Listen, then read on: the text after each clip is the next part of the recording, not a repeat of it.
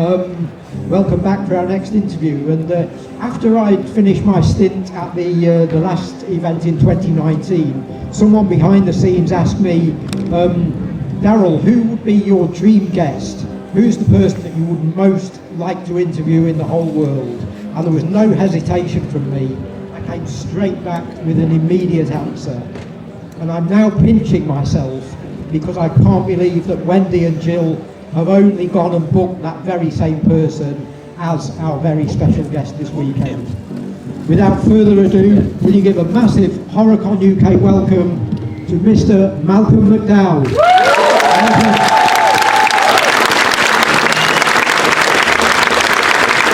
Hello, nice to see you all.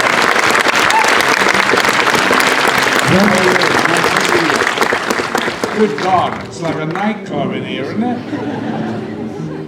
So how nice to be here. I think we can cut the music. Thank you. Oh, they're playing my song. Yeah, another one. Yeah. They're all your song. Malcolm, how does it feel to be back on home turf and back in Yorkshire? I haven't been in Yorkshire for quite a while. It's certainly nice to be home.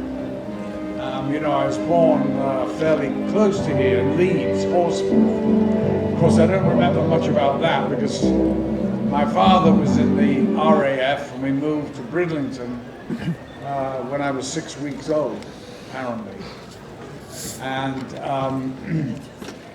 but I do remember living in Bridlington and moved to Liverpool when I was 6 years old. So there you are, I'm a Yorkshireman through and through. So it's nice to be back. And by the way, when I did Clockwork Orange, I decided to do a northern accent. And Burgess asked me why I chose that. And I said, it goes better with the NADSAT, with the language, of which he agreed. He said, I was so pleased to see that. So there you are, that's a little tidbit. Anyway. That's one we didn't get last night. And some of us were at the screening of Clockwork Orange last night, where you spoke with our pal Tony at length about the movie. For anyone who wasn't there, just give us a brief taster of how you feel that the film has lasted over 50 years and how relevant it has remained. Well, it's a testament, of course, to the brilliance of Anthony Burgess and the narrative of the book, because we really, the book is the script. I had a copy in my hand every day, and I would say to Stanley, wait a minute, Stanley, have you read the book? Have you read this chapter? And often he hadn't, he had other things to think about. But it's interesting that, when we first made it, I thought I was making a black comedy. Of course, when it opened, there was nobody laughing. And now, when young people see the film today, they fall about and laugh all the way through it. But I think what people get out of it today is more the political side of the story. In other words, man to choose, freedom of will. And that's really what the whole film is about. If you had to describe it in one sentence, it's really about man to choose. Whether he chooses the right way or the wrong way, nevertheless, it is the choice that counts. And that's what the film is really about. And the book. I think it's honestly one of the few occasions where a great book is turned into a great film. Usually a great book, they usually make lousy movies because great books are about atmosphere. An atmosphere doesn't translate to a movie. It has to be a driving narrative, the story, or the characters, So I think, of course, Kubrick was, Kubrick was an amazing director, no question about it. When I came to do Clockwork Orange, he had done Paths of Glory with Kirk Douglas, Spartacus with Kirk Douglas, which Kubrick hated. He wanted it taken off his CV. And then he did Lolita, which is an amazing film, with James Mason and Shelley Winters and Sue Lyon. who played Lolita, and then Dr. Strangelove, which is another masterpiece, into 2001, and then Clockwork Orange. So he was just about one of the greatest directors, ever, who made artistic movies that made money. It's a very rare case. It doesn't happen that often. And Kubrick was the exception to that. I think all his films made money. Certainly Clockwork Orange made, I think it's his most successful in terms of box office. Yeah, speaking of great directors, you've been lucky to work as well with form a partnership with the great Lindsay Anderson. Yes. And Lindsay's three Mick Travis films aren't really out of place at an event called HorrorCon UK. They've all got elements of the genre in them, and in particular, Oh Lucky Man, and then working through to Britannia Hospital. Before we get into specifics on some of those, tell us in general about working with Lindsay across that 15-year period. Well, Lindsay, he was the first film director that cast me in a movie. So, If, which is a really great film, I think, and possibly the best film I've ever made. That to be cast, to play the lead in that movie was every actor's, dream. Of course, I would have taken any movie that was on offer. I always wanted to do movies, and I think every actor does. I was used to doing stage and happy working in the theater, but the movies are always, there's a magic about them. And to work with Lindsay Anderson was one of our great, great directors.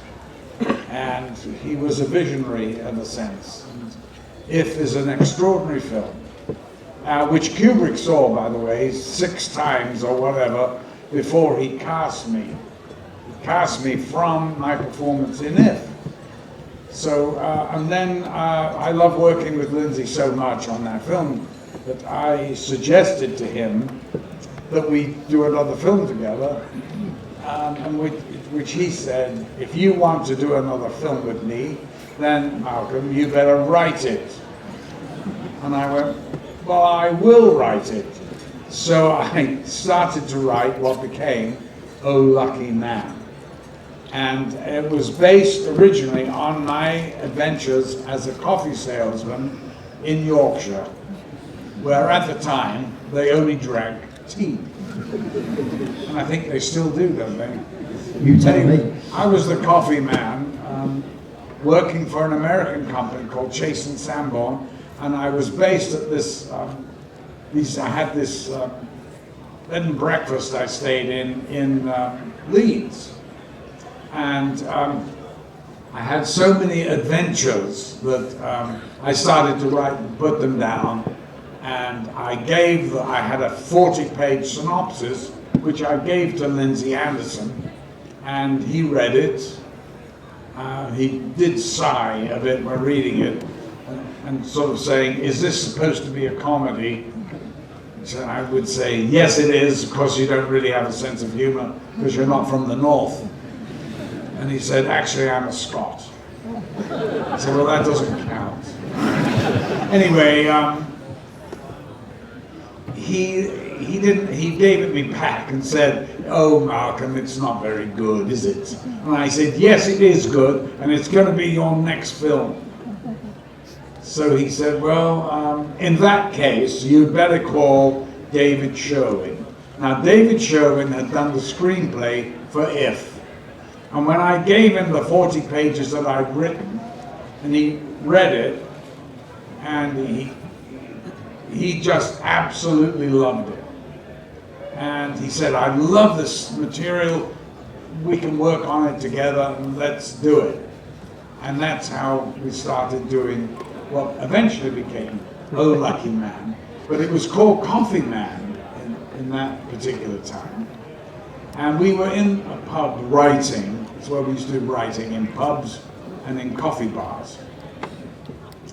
And I said, you know, David, it's really not a very good title, is it, Coffee Man? Can we come up with something? What else can we come up with? I said, what is this film really about? And he goes, well, success, luck. I went, luck! That's it. It should be Lucky Man, not Coffee Man. Let's go and tell Lindsay. So we went over to Lindsay's flat, and he was getting irritated with me, I could tell. And I said to him, look, I want you to sit down because I'm going to whisper in your ear the title of your next film. So he was irritated and said, oh, get on with it, Mark. And I whispered, Lucky Man. And he just looked around. He had this Roman nose. He looked like a Roman senator. And he went, oh, Lucky Man. We went, yeah, great. Let the director always have the final word. And that's how it became into being. And of course, once he got involved, it became not about a coffee salesman.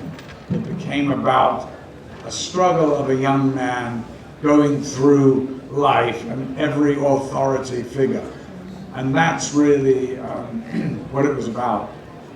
And he gave me 3 books to read. Voltaire's Candide, a book which is influenced more by the film. That really helped me a lot. A book by Thornton Wilder called Heaven's My Destination. And then the last book was Kafka's America. And so it's an amalgam of all these ideas from these 3 books, but mainly from Candide. You can definitely see that. Now, you mentioned the sort of political layers and levels of A Clockwork Orange, and I'd argue that runs all the way through the McTravis trilogy as well. Britannia Hospital in particular is an extraordinary political film, one that was quite divisive at the time it came out. Yes, it was. Lindsay was considered a traitor to his class because as the film came out, Maggie Thatcher sent this force in the QE2 to the Falklands to take them back. And it was considered very unpatriotic to attack in any way, any shape or form, any establishment figures. And he was roundly attacked, which was ridiculous. And that, I think it's quite a good film. Sorry about the sound system here, as you can see, it's pathetic. I don't know what's going on. But obviously something to be looked at for next time. But I think you can hear mostly, can't you? It's really weird. Anyway, so they were. I think, honestly, those 3 films, called the trilogy, I'm really proud of them. And, you know, I did love Lindsay Anderson. I thought he was an amazing man. And I was friends with him for nearly 30 years, till the day he died. And I did plays with him, theater, films. And I totally adored him. As a friend, he was amazing. He was an amazing man. And I'm so happy that I met him because he certainly influenced and changed my life. Yeah. Sure. Now, we're at HorrorCon UK this weekend, so it would be remiss of me not to focus on some of the horror scenes in the Lindsay's films. There's that extraordinary sort of half man, half animal thing that you encounter in Overlooking Man. Oh, yes. Well, that came out of the fact that they were transplanting pigs' hearts into humans, or at least keeping the humans alive by the pig's heart until there could be found a donor heart. And of course we thought this was utterly ridiculous, you know. And what are they going to do next? We're going to have pigs' bodies on, you know, human heads. And so of course we took it to the extreme, and it's a very memorable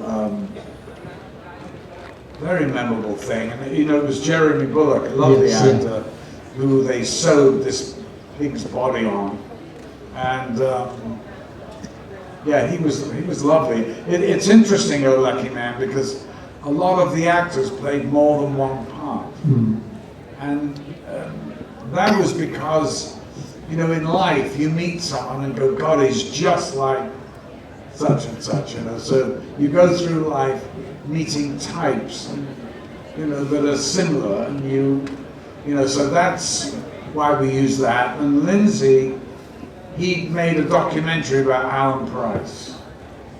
And it's really weird, because Alan Price was in a group called The Animals. And The Animals were fronted by a man who is now really one of my best friends, which is Eric Burden.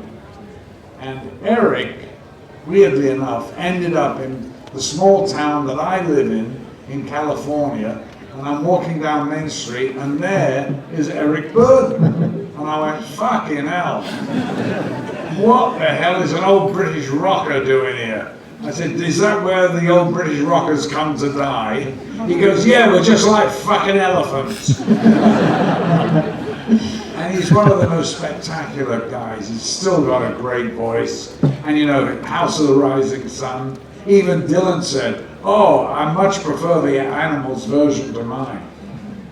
Yeah, and Eric's done movies himself. He did a great movie called Comeback in the 80s, which is worth tracking down. But on Britannia Hospital, you go through the horror treatment yourself, of course. While Lindsay's bashing Thatcherism and bashing the unions on the other side, you're going through this whole Frankensteinian thing. And right. tell us a bit about the sort of multi-ethnic makeup job that was done for you. It was one of the longest makeup jobs. You know, they had to stitch bits onto me, and I was an amalgam of different body parts, but I did ask for a black penis. I thought it was time we brought this myth of the black penis down to size. And the poor makeup girl that had to do the makeup job on it, I went, there you are, darling, it's all yours. We had a bit of fun about that, but God, it took, I think, 14 hours to do the makeup, which is the longest makeup job ever at that time. Since being bettered, I think, by Gary Oldman in numerous parts.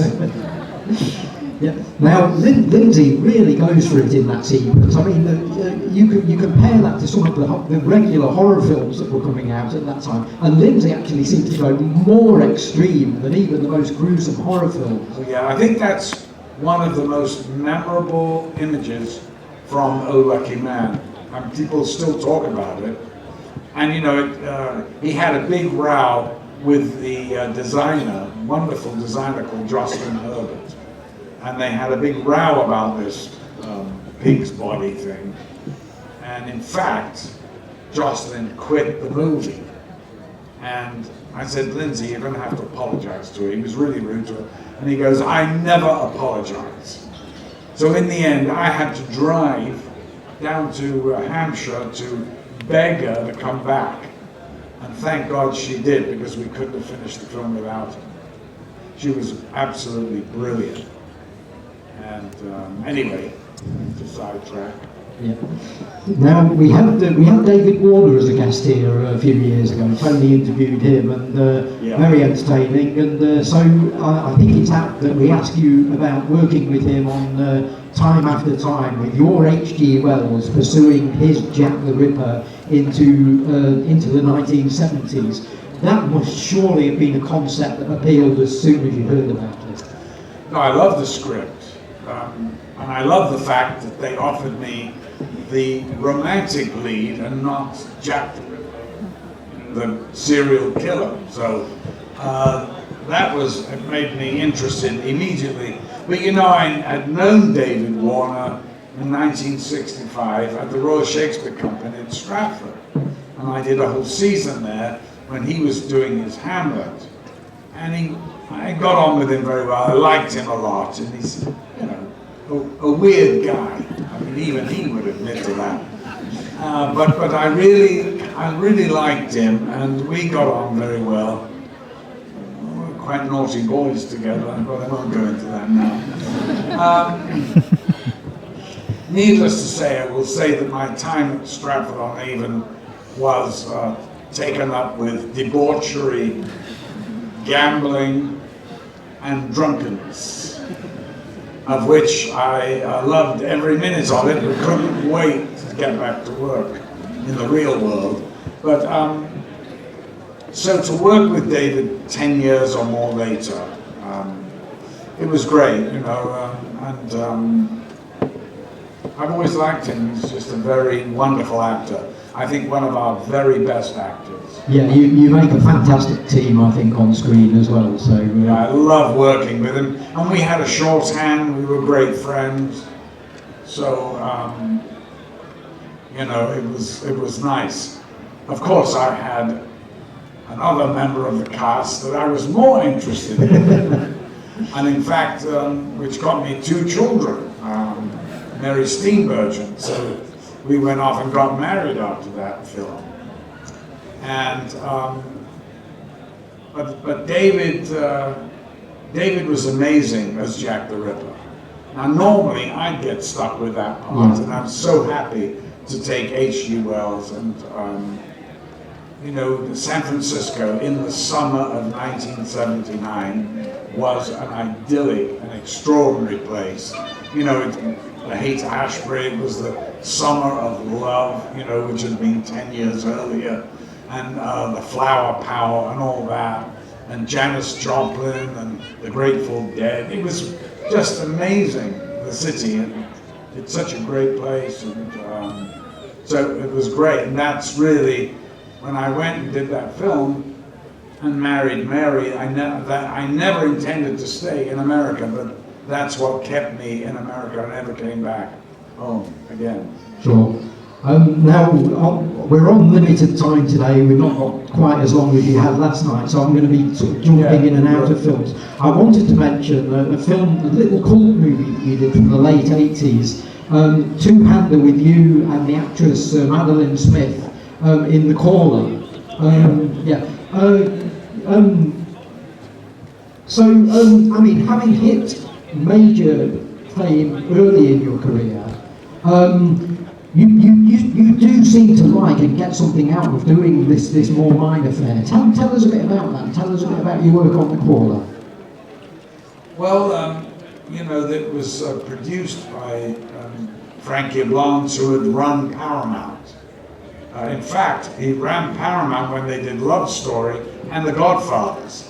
So with Evans, you know, Evans and Yablans. And Frank had got an independent producing thing in Italy, and that's where we made The Caller, and I rather liked the script. It was written by the guy, Michael Sloan, I think his name, and he had done, a series that Edward Woodward had done. What was that series he did? Would that be The Equalizer? Yes, yeah. He wrote and conceived of The Equalizer. And I liked the script, you know, and so we just went to Rome and shot it. It didn't take long, I think just a month. And that was it. So I don't remember much about it except, you know, it was nice working with her, but I don't know what happened to her career. I've never heard of her since. Yeah, very, very little. I'm really good at burying my fellow artists when I work with them, but no, she was extremely nice and very talented, and you know, there you are. It was done rather on the cheap. Yeah. But you seem to make a virtue of that, because it almost becomes like a little theatre piece. It's so enclosed. Well, that's sort of why I liked it. Yeah. Was because it was wordy, wasn't really a movie. It was and it wasn't. So, and also I like doing quirky things that I know pretty much nobody will see. I don't know why I'm drawn to those things, but I seem to have done my fair share of them. Yeah. Now, another person that I interviewed on this very stage here a few years ago was Sid Haig, and it was a real blast chatting to Sid. about his working relationship with director Rob Zombie. Now, you and Rob have had a thing going too, so tell us a bit about working with Rob, and why does he love you so? I don't know, you should ask him. I wish we could. Rob is a great guy, you know. To be honest with you, I didn't really know him as a singer. And so when I was asked to go meet with him in a restaurant, I should have Googled him, but I didn't. I just went along because I read the script and I thought it was very interesting to take this, you know, famous sequence of films they've done, Halloween. Although I'd never seen one, but still I thought very interesting script that Rob had written. And I went into this restaurant in Beverly Hills, Mr. Chow's, and I said I've come to meet Rob Zombie, and they went, oh yes, he's here. And I went into the restaurant, I looked around and I saw a fellow that looked like, you know, he looked like Manson. And I thought, it must be Rob Zombie. And he jumped up, and sure enough, it was Rob, and we got on very well. And I adored him, and I thought he was a really wonderful director, and certainly a good enough director to do more than just the horror genre. But you know, he was so successful doing that, they didn't really want him to do anything else. So yeah, I mean, he's talked about doing a Marx Brothers film and things like that. He has got all the things he'd like to do. I know he has. We've got another one we're talking about, and I don't know whether we'll ever do it, but I hope so, because I just love working with him. Yeah, we'd love to see more work from you with Rob. I'm going to open this up to audience questions now for the last few minutes, and I'm sure we've got loads, so I'll have to